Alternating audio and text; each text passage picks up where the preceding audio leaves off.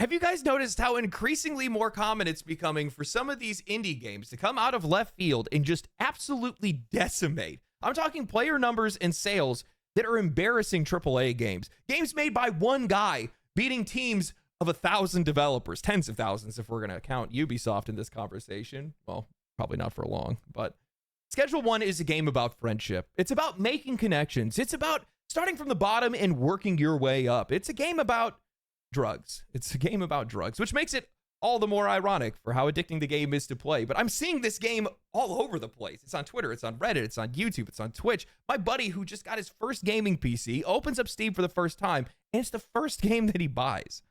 Games like Schedule 1 are becoming a problem because these games are beating out games that are spending hundreds of millions of dollars to make their games.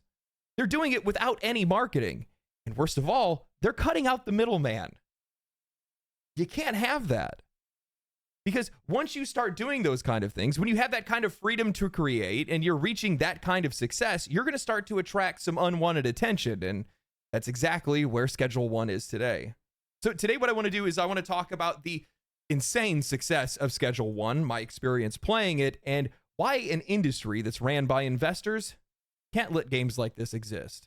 Schedule 1 released 2 weeks ago, and within days, it had already climbed the Steam charts. As of recording this video, it is #1 top seller on Steam. It is #4 for concurrent players, and it recently hit a peak of over 450,000 concurrent players, and now averaging 340,000 concurrent players per day. It's currently outperforming Path of Exile, which just released new content, edging out Monster Hunter Wilds after its first title update, and it's completely humiliating the quadruple A spectacle that is Assassin's Creed Shadows. Schedule 1 is another entry in what is becoming an increasingly common trend: indie developers releasing games with little to no marketing and watching them explode across the internet. Think Undertale, Stardew Valley, Vampire Survivors, Valheim, Palworld, Balatro. Games made by a single developer or a tiny team delivering exactly what players have been missing and absolutely dominating the charts. The game was developed by Tyler, an independent developer out of Sydney, Australia, working under the name Tyler's Video Game Studio. I laugh every single time I read that. Tyler handled nearly every aspect of the game himself, designing the game, programming it, systems, and the art, but he had some help with collaborators like Kay Sewell, who's the one that composed the game's catchy soundtrack. Seriously, I've been jamming that music in the background while I've been writing now, and Cody 2, who created some of the game's graffiti.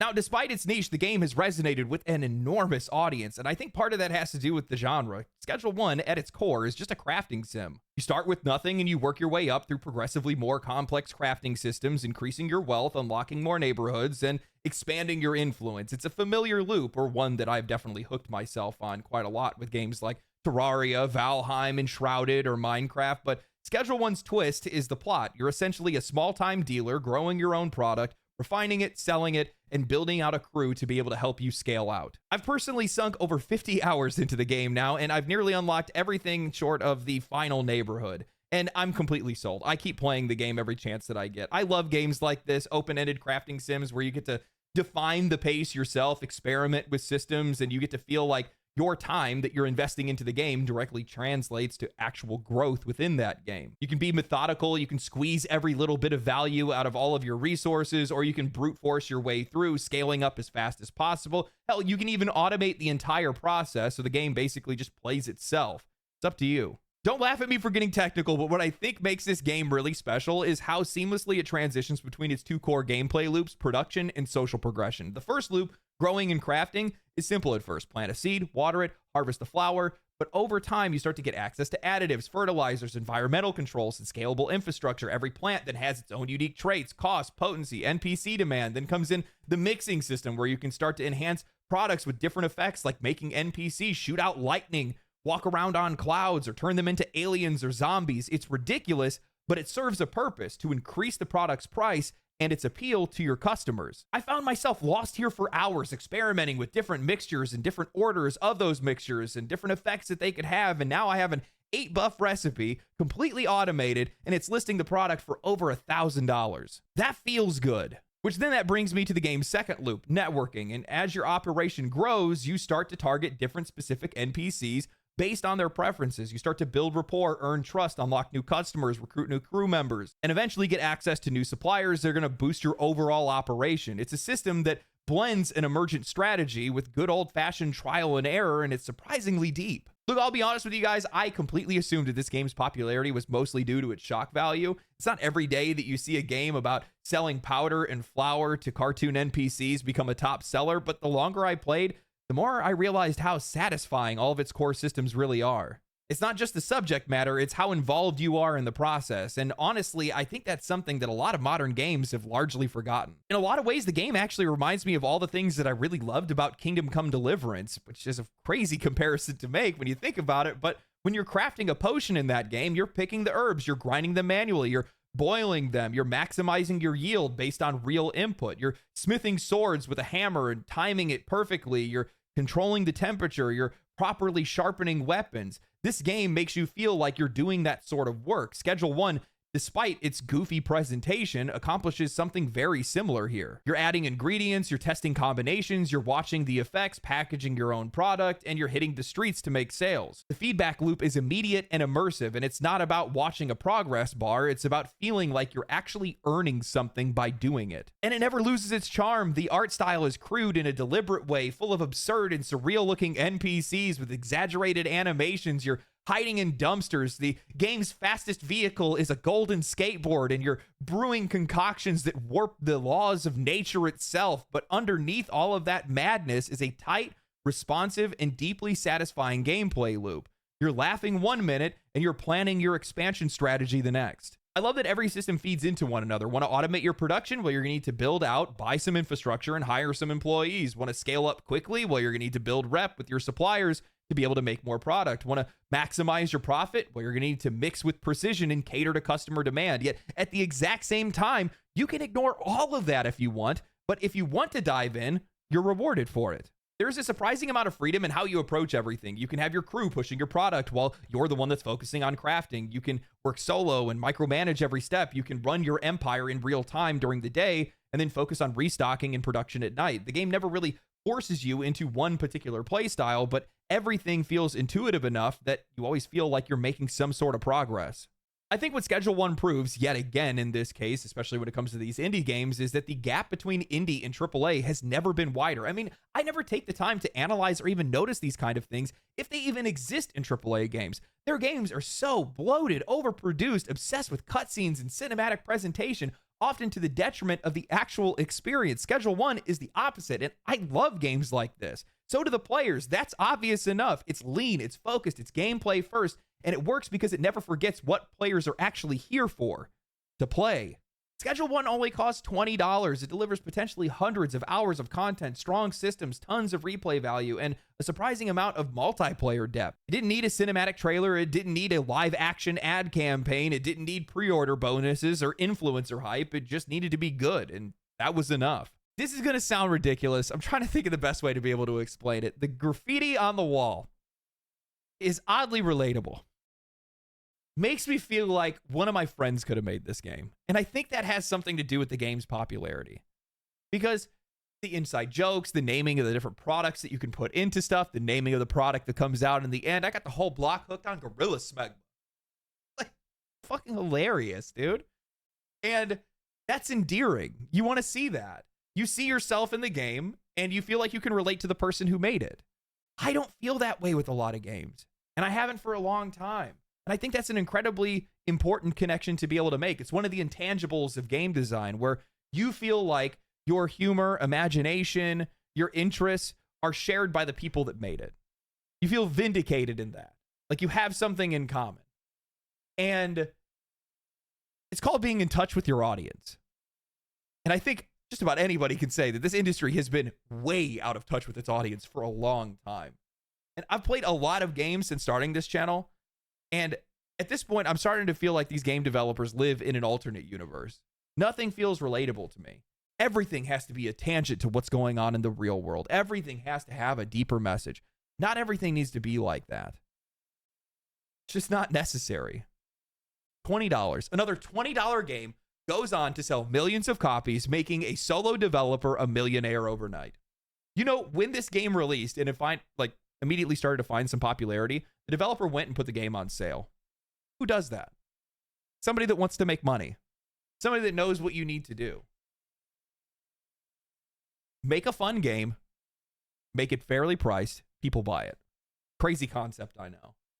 This isn't rocket science. How many times have I seen these developers that are basically trying to learn astrology to figure out what players want? Maybe if we read their horoscopes. Then you have a game that makes it where you can put horse glaze and chili powder into something to set somebody's hair on fire and give them a long face. Monkey brain like. Me like game. Me give money. It's not that hard. It's really not that hard.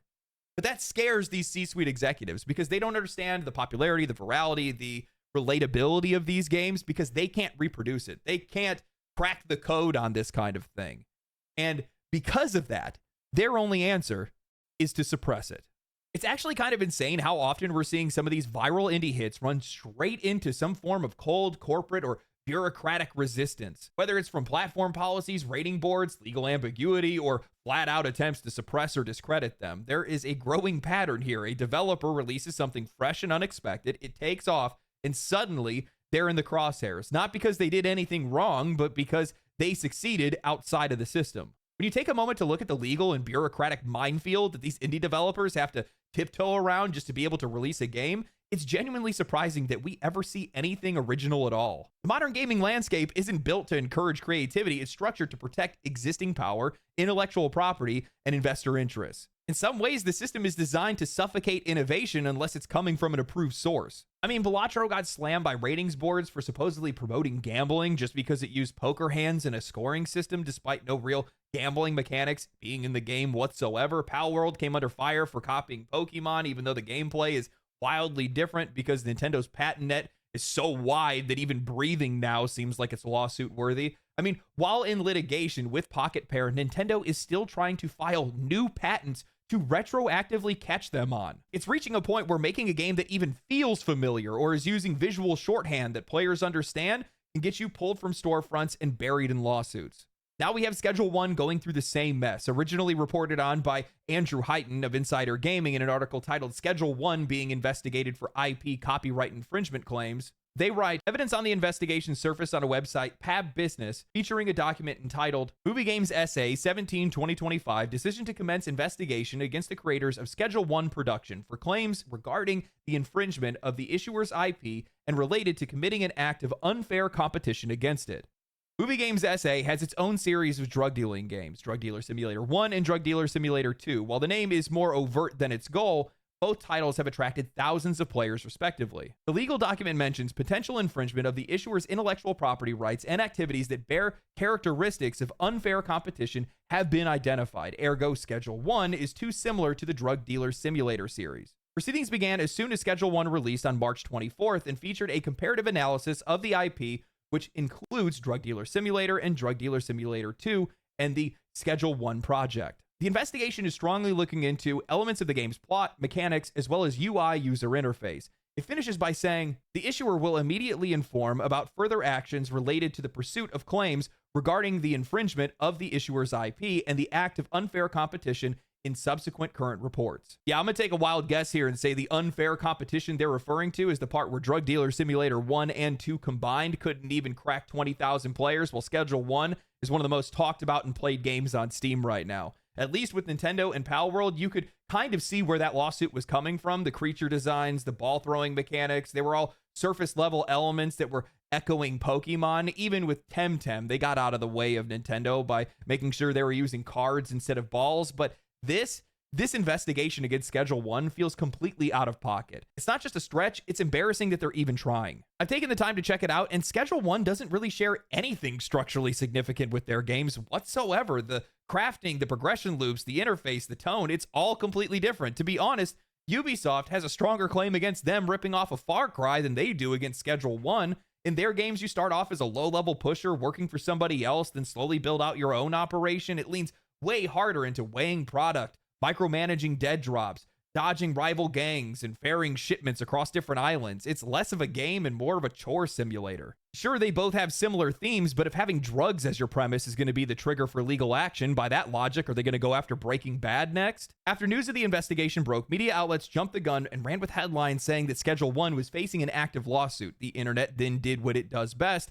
Players flooded Drug Dealer Simulator 1 and 2 with negative reviews, dragging the game into a storm that they weren't ready for. In response to this, the developers posted a statement on Steam clarifying the situation. To paraphrase a little bit, they're saying that there is no lawsuit, that they're not trying to shut down Schedule 1, and the investigation was only launched after repeated comparisons between the two games raised concerns. Since Movie Games SA is a publicly traded company, they claim that they are legally obligated to investigate potential infringement and disclose it through proper stock market channels, ESPI. The media then picked it up from there, and the story spiraled out of control. They also then clarified, saying that the developer of Drug Dealer Simulator, Byte Runners, isn't involved at all. It's strictly a publisher-level decision. The post then closes with them insisting that there is no bad blood and that they even sent Schedule 1's developer best wishes before the game blew up. But whether it's legal obligation or damage control, it's clear that this isn't the kind of attention that they were expecting. And this is where things get really weird for me, because there was a second response, and this time it was from the actual developers at Byte Runners, where I think the first response was actually written by their publisher, and it's kind of a plot twist. In a statement that they posted on Twitter, Rafal, the CEO and developer of the Drug Dealer Simulator series, basically said, "We had no idea that this was happening." According to him, the development team wasn't informed of the investigation at all, and they only found out when the story blew up online, claiming that they were just as blindsided as everyone else. He writes, "In light of the recent Movie Games versus Schedule 1 legal investigation controversy, I would like to state that we, Byte Runners, the development studio behind Drug Dealer Simulator series, do not have any ill intentions towards neither Schedule 1, TVGS, or the game community. Actions taken by our publisher, Movie Games SA, are a part of an internal policy and business interest, which we have no influence over. We were not informed of their plans and were also surprised by this course of action. We are currently in talks with Movie Games on this matter. For now, we do not want to publicly neither condone nor approve of the actions before these talks have come to any conclusions."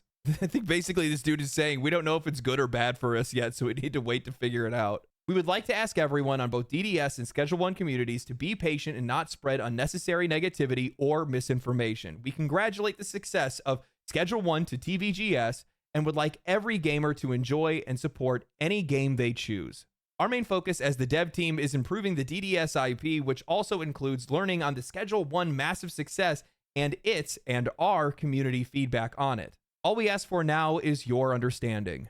The tone here couldn't be any more different from the original Steam post, where the publisher had framed the investigation as a necessary legal procedure. The developer comes off as almost embarrassed by the entire thing. Then they go out of their way to distance themselves from the publisher's actions, saying that they don't condone or approve of anything yet? What does that even mean? And now they're just waiting for internal talks? I'm just going to go with my gut here and say they didn't expect the backlash to be this bad. There is no chance, there is no way that you are going to convince me that your publisher, without any communication, suddenly launched a legal investigation on your behalf using your game as a basis without you knowing anything about it. That is not how legal prep works. To even begin an investigation like this, you need access to build files, source assets, system documentation, something from the development team to be able to make the comparisons necessary for a legitimate IP case. So either you were involved and now you're walking it back, or your publisher went rogue and dragged you into a legal case without any warning and snuck into your office and stole the files. Neither one of those look very good. And even if for whatever reason Byte Runners wasn't involved in this decision, I'm sorry, this is what comes with the territory when you sign up with a publisher. Tyler didn't. He developed and published Schedule 1 himself. Every decision he makes, every success or controversy, it's all on him. But once you hand over the reins to a publisher, you are also signing up for all of their baggage, the legal departments, the investor meetings, the risk management, the corporate damage control. You don't get to opt out when it gets uncomfortable. And the claim that the investigation was already in motion before the game took off, total bullshit. The investigation was formally initiated on April 3rd. Schedule 1 launched on March 24th. And by the 30th, it had already hit over 400,000 concurrent players. This wasn't some long-planned legal strategy. Otherwise, why would you guys have sent them a congratulations email? It was a knee-jerk response to getting blown out of the water. I don't know about you guys, but from where I'm sitting, this looks like a textbook case of a publisher, and more likely their board of directors and shareholders panicking over the fact that the game that they backed didn't deliver, while a solo developer just ate their lunch in broad daylight. So now they're trying to claw back some relevance and revenue through legal pressure instead of actually trying to make games that people want to play. It's all retaliatory. It's all bitter, and it reeks of a system that sees creativity as not something to nurture, but something to control. Now, I actually posted this in a response on Twitter to the Byte Runner CEO's letter to the players. But I basically said, yeah, this must suck to be completely powerless in this situation, but this is exactly what you signed up for. And honestly, the more that I think about it, this probably explains why so many of these self-published indie games are blowing up, while these smaller studios tied to these tiny publishers are scraping by. Creative freedom, no bureaucracy, no boardroom full of guys in suits that are second guessing your every move, just a developer and an idea. And honestly, that's probably the conversation that we really need to be having here, because this isn't just about one game or one legal spat. There needs to be a bigger push towards independence in video game development. Too many of these publishers aren't interested in creating anything. They don't build worlds, they don't design mechanics, they don't tell stories. What they do is manage, and in that management, they influence the industry more than they contribute to it. Their primary goal isn't to support creativity, it's to control outcomes. They want to shape trends, shape players, shape spending habits. And when they fund something, that comes with strings attached, strings that always pull in the direction of risk aversion or maximizing profits. Sure, publishers offer funding and infrastructure, they offer visibility, marketing pipelines, access to networks, but it comes at the cost of freedom, of voice, of innovation. How many times have we heard stories about developers that were pressured into adding in microtransactions that they didn't want to put into their game? Or how many times have we heard about games that were forced to pivot towards live service even when that didn't fit their vision? These decisions rarely come from the development team themselves. They come from people upstairs, people staring at spreadsheets, not playtests, people who see creativity as a variable that needs to be managed, not a driving force. From my perspective, in many ways, publishers have become the industrialists of this medium. They're more concerned with scalability and litigation than actually making games themselves. They commodify everything about the creative process. They strip out the rough edges, the weird ideas, the risk, and replace them with something that fits into their monetization model of the moment. And then they sit back wondering why none of these games are resonating, why they're failing to meet their sales targets. It's not the players that are the problem. It's not the developers that are the problem. It's the layer that's in between, the suits that are trying to systemize everything that's not meant to be a system in the first place. And the more games that we see, like Schedule 1, that are succeeding without them, the more obvious that becomes. You know, I think a lot of these publishers and executives that are running these companies are the biggest barrier to creativity and success for the vast majority of these developers. They don't outright build anything themselves. They just go out of their way to try to control it or squash it if it threatens their margins in any way. And that sucks. Not just for us, the players, but also for the people that are making these games.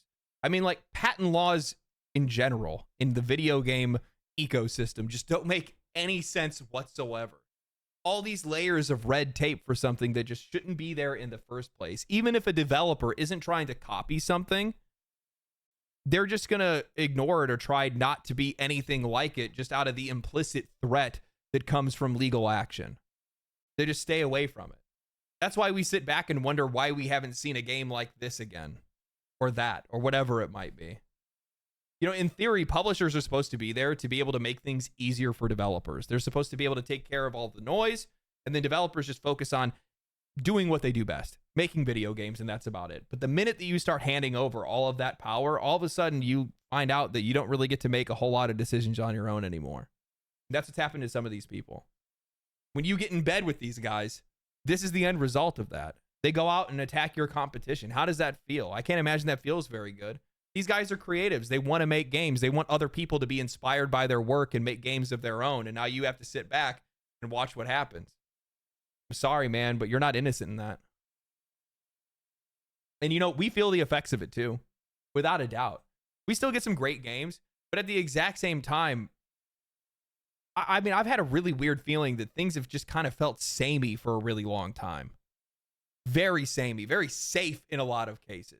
And I think that comes from the fact that, you know, if any game tries to make a game like Pokemon, they're going to get scared away or they're going to get sued into oblivion.